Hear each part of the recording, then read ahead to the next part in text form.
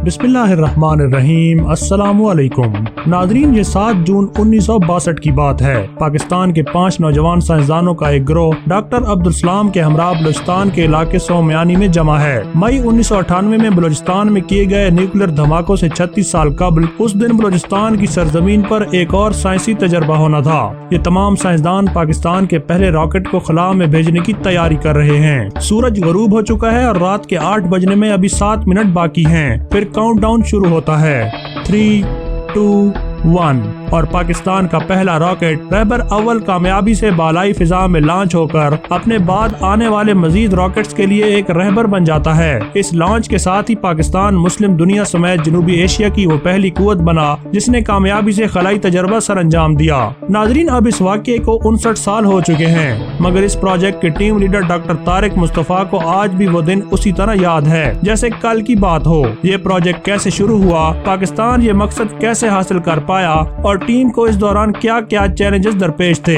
अपनी आज की वीडियो में मैं इन तमाम पहलुओं से पर्दा उठाने की कोशिश करूंगा और उम्मीद करूंगा कि ना सिर्फ आप मेरी आज की वीडियो एंजॉय करेंगे बल्कि ये वीडियो आपके नॉलेज में इजाफे का बायस भी बनेगी। मैं हूं मुमताज नियाजी और आप देख रहे हैं टॉप फैक्ट्स एंड आइडियाज। नए आने वाले मुअज़्ज़िज़ नाजरीन को खुश आमदेद। तो चलिए दोस्तों, बढ़ते हैं आज की तारीखी वीडियो की तरफ।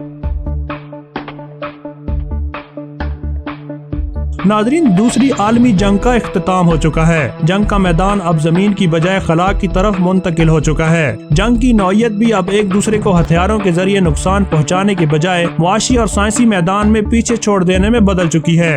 रूस और अमरीका एक दूसरे को खलाई दौड़ में नीचा दिखाने के दरपे हैं। अमरीका हैरान है कि रूस ने खला में पहला इंसान पहुँचाने में सबकत कैसे हासिल कर ली। यकायक अमरीकी सदर जॉन एफ कैनेडी ऐलान करते हैं कि अमरीका इस दिहाई के इख्तिताम से कबल न सिर्फ इंसान को चांद पर उतारेगा बल्कि बहिफाजत वापस भी लाएगा। नाजरीन, मैं बात कर रहा हूँ सन 1960 से सन 1970 की दहाई के दरमियान की, जब पाकिस्तान अमरीकी मजबूरी का फायदा उठाते हुए खला में अपना पहला रॉकेट भेजने वाला पहला मुस्लिम मुल्क बन गया।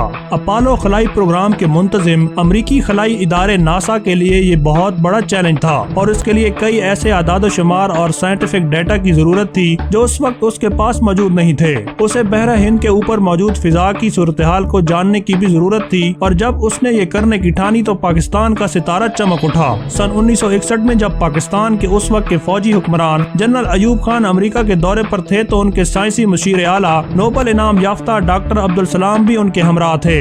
डॉक्टर तारिक मुस्तफा उस वक्त पाकिस्तान एटॉमिक एनर्जी कमीशन से वाबस्ता थे और ट्रेनिंग की गर्ज से अमेरिका में मुकीम थे। अमेरिका में क्याम के दौरान एक दिन उन्हें डॉक्टर अब्दुल सलाम का फोन आया। डॉक्टर अब्दुल सलाम ने कहा, तारिक, सुबह वाशिंगटन में एक अहम मीटिंग है और तुमने पहुंचना है। मुझे इससे कोई वास्ता नहीं कि तुम लिफ्ट लेकर आओ या जहाज में आओ, बस तुमने हर हाल में पहुंचना है। अगले दिन तारिक मुस्तफा डॉक्टर अब्दुल सलाम के हमरा वाशिंगटन में नासा के दफ्तर पहुंचे। वहां हुकाम ने उस पाकिस्तानी वफ्द के सामने बहरा हिंद के ऊपर मौजूद फिजा के मुतालिक डेटा न होने की मुश्किल रखी। नासा ने पेशकश की कि वो बहरा हिंद के आसपास ममालिक को रॉकेट टेक्नोलॉजी फराहम करने को तैयार हैं, सिर्फ एक शर्त के साथ कि इस रॉकेट से जो भी डेटा हासिल होगा उसका तबादला नासा के साथ भी किया जाएगा। ये सुनकर डॉक्टर अब्दुल सलाम डॉक्टर तारिक मुस्तफा की जानिब मुड़े और पंजाबी में कहा, तारिक, तेरा की ख्याल है? उन्होंने फौरन पंजाबी में जवाब दिया, ए ते साड़ा ख्वाब पूरा हो जाऊगा। नाजरीन, पंजाबी में होने वाली इस गुफ्तगू को नासा के ओहदेदार समझ तो ना सके, लेकिन उन्होंने मजाज से अंदाजा लगाते हुए डॉक्टर अब्दुल सलाम से कहा, young man is very keen, यानी नौजवान बहुत पुरजोश मालूम हो रहा है। नासा के हुकाम ने उसी दिन डॉक्टर तारिक मुस्तफा को अपने खसूसी तैयारे के जरिए मुल्क के दूसरे कोने में बहरे ओकियानूस के किनारे वाक़या वाल्पिस आइलैंड रॉकेट रेंज भेज दिया, जहां उन्हें तमाम आलात और सामान के मुतालिक ब्रीफिंग दी गई। पूरी रात वो अपनी रिपोर्ट मुरतब करते रहे और अगले दिन वो दोबारा वाशिंगटन में नासा के दफ्तर में डॉक्टर अब्दुल सलाम के हमरा अपनी रिपोर्ट के साथ पहुँचे। उसी दिन नासा ने पाकिस्तान से कहा कि अगर आप हामी भरें तो हम ये प्रोग्राम शुरू कर सकते हैं और उसके सिर्फ 9 माह बाद ही सोमयानी में न सिर्फ रॉकेट रेंज भी बना ली गई बल्कि रहबर सीरीज के अव्वलीन रॉकेट भी लॉन्च कर दिए गए। नाजरीन, इंडिया ने ये कारनामा इसके 15 माह बाद यानी नवंबर 1963 में अंजाम दिया था। नाजरीन, डॉक्टर तारिक मुस्तफा की ड्यूटी लगाई गई कि वो टीम इकट्ठी करें। ان کے ساتھ ڈاکٹر سلیم محمود بھی ٹریننگ پر امریکہ میں موجود تھے۔ 3 مزید سائنسدانوں احمد ضمیر فاروقی، محمد رحمت اللہ اور سکندر زمان کو بھی امریکہ بلوا لیا گیا اور یہ مختصر سی ٹیم اپنے کام میں جت گئی۔ سب سے پہلا مرحلہ پاکستان میں راکٹ رینج کے قیام کا تھا، جو اس وقت تک یہاں پر موجود نہیں تھی۔ اس کام کے لیے صدر ایوب خان نے تجویز دی کہ سومیانی میں واقع فوج کی آرٹلری رینج کو اس مقصد کے لیے استعمال کیا جا سکتا ہے، کیونکہ وہاں پر افرادی قوت کے رہنے کا انتظام اور دیگر سہولیات پہلے سے موجود تھیں۔ سائنسدانوں کو اس کام کے لیے امریکہ میں تیاری کروائی گئی اور ناسا کی جانب سے ہی ساز و سامان مہیا کیا گیا۔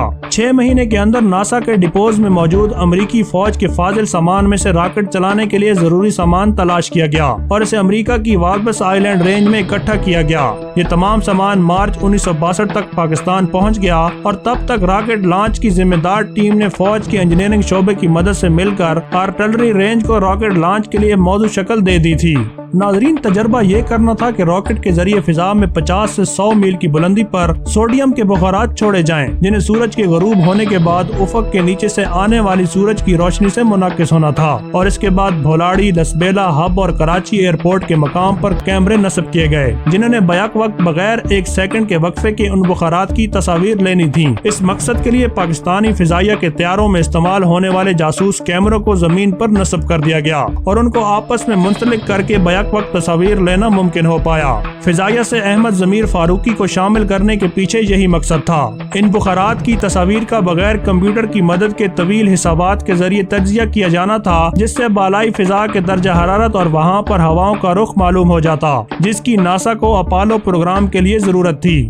ناظرین، اس ٹیم کے رکن اور پاکستان کے space and upper atmosphere research commission یعنی اسپارکو کے چیئرمین ڈاکٹر سلیم محمود بتاتے ہیں کہ اس پروجیکٹ کے دوران ٹیم میں بے چینی، جوش، جذبے اور خوشی کے جذبات کا ایک امتزاج رہتا تھا، لیکن یہ علاقہ ایک مشکل مقام تھا اور یہاں ہر وقت گرمی کے ساتھ ساتھ سانپوں اور بچھوؤں کے خطرے کا سامنا بھی کرنا پڑتا تھا، لیکن ان حالات کے باوجود کام جاری رہا اور تجربہ کامیابی سے ہمکنار ہوا۔ ناسا کی اپنی ضرورت پوری ہوئی اور پاکستان نے ناسا کی اس پیشکش کا فائدہ اٹھا کر خود کو خلائی دوڑ میں ایشیا کا سرفہرست ملک ثابت کر دیا۔ ناظرین، راہ پر راکٹ لانچ کے لیے مدد اور سامان امریکہ نے فراہم کیا، مگر اس کے بعد پاکستانی سائنسدانوں نے یہ سوچا کہ کیوں نہ ملک میں خود ہی راکٹس تیار کیے جائیں۔ اس وقت امریکہ مفت راکٹس فراہم کرنے کے لیے تیار تھا، مگر پاکستان اپنے راکٹس بنانا چاہتا تھا۔ چنانچہ جاپان اور فرانس کی ٹیکنالوجی کے سروے کیے گئے اور بالآخر فرانس کی ٹیکنالوجی زیادہ موزوں قرار پائی۔ فرانس سے ٹیکنالوجی کے حصول کے لیے پاکستانی سائنسدانوں کو فرینچ زبان سکھائی گئی اور خصوصی طور پر کراچی اور فرانس میں کورسز کروائے گئے تاکہ وہ فرانسیسی انجینئر سے گفتگو کر کے ٹیکنالوجی سمجھ سکیں۔ اس کے بعد کراچی میں ماڑی پور کے مقام پر راکٹس کی تیاری کا پلانٹ لگایا گیا، جہاں سے تیار ہونے والے راکٹ سے سن 1969 میں پاکستان نے تجربات شروع کیے، جنہیں شیپر سیریز کہا گیا۔ لیکن سوال یہ ہے کہ پھر آنے والے برسوں میں پاکستان اس خلائی دوڑ میں اتنا پیچھے کیوں رہ گیا؟ تو اس کا جواب آپ کو میری نئی آنے والی ویڈیو میں تفصیل سے ملے گا۔ تو ناظرین، یہ تھی آج کی ویڈیو۔ امید کرتا ہوں کہ میری آج کی کوشش آپ کو پسند آئی ہوگی اور آپ کے نالج میں اضافے کا باعث بنی ہوگی۔